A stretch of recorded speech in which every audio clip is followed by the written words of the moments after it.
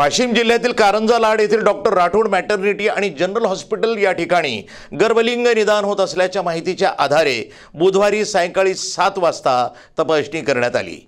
उपसंचालक आरोग्य सेवा अकोला आणि जिल्हा शल्य चिकित्सक कार्यालय वाशिम आणि उपजिल्हा रुग्णालय कारंजा यांच्या संयुक्त विद्यमाने करण्यात आलेल्या या तपासणीनंतर रुग्णालयामध्ये उपलब्ध असलेले उपकरण पथकाने सील केले आहेत। कारंजा शहरातील बस स्थानक परिसरामध्ये डॉक्टर राठोड मॅटर्निटी आणि जनरल हॉस्पिटल आहे। डॉक्टर महादेव राठोड, डॉक्टर रजनी राठोड हे या रुग्णालयाचे संचालक आहेत।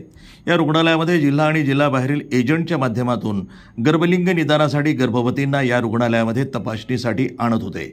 संबंधित एजंटला या कामासाठी 25,000 रुपये दिले जात असल्याची माहिती आहे। या माहितीच्या आधारे आरोग्य विभागाच्या पथकाने सायंकाळी 7च्या सुमारास रुग्णालयामध्ये तपासणी सुरू केली। रात्री उशिरापर्यंत सुरू असलेल्या या तपासणीमध्ये रुग्णालयामध्ये गर्भलिंग निदान प्रक्रिया होत असल्याचं तपासणीमध्ये निष्पन्न झालं। या पथकाने रुग्णालयामधील सर्व उपकरणांची तपासणी केली। उपस्थित असलेल्या रुग्णांचे बयान नोंदवून घेतले। त्यानंतर संबंधित उपकरण सील करण्यात आले। या पथकात पुरुषोत्तम पवार, सावन Kolhe, Shrikant Mahange, Dhammapal Ambhore, doctor Vijaya Pavanikar, doctor Dhananjay Chimankar, advocate Shubhangi Thackeray, doctor NR Salunke, doctor SN Jadhav, Om Raut आदींचा यामध्ये सहभाग होता।